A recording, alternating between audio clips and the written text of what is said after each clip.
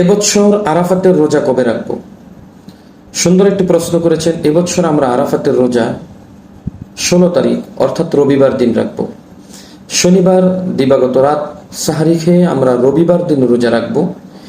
এ ব্যাপারে আল্লাহ রসুল সাল্লাল্লাহু আলাইহি ওয়াসাল্লাম আরাফাতের রোজার গুরুত্ব এবং ফজিলত বুঝাতে গিয়ে বলেন, সিয়ামু ইয়াউমি আরাফা আহতাসিবু আলাল্লাহি আইয়ুকাফিরাস সানাতাল্লাতী ক্বাবলাহু ওয়াস সানাতাল্লাতী বা'দা। সুবহানাল্লাহ। আল্লাহ রসুল সাল্লাল্লাহু আলাইহি ওয়াসাল্লাম বলেন, আরাফাতের রোজা এমন যে ব্যক্তি আরাফাতের রোজা রাখে, আমি আশা রাখি আল্লাহ সুবহানাহু ওয়া তাআলা তার 1 বছর আগের এবং পরের সমস্ত গুনাহগুলো মাফ করে দেন।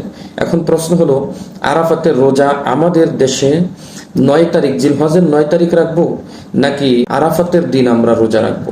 আমি বলি যে এটা নিয়ে ইখতিলাফ রয়েছে, কিন্তু সবচেয়ে বিশুদ্ধ মত হচ্ছে এবং সকল উলামায়ে কেরাম এই ব্যাপারে ঐক্যমত পোষণ করেছেন, ইজমার দাবি হলো যে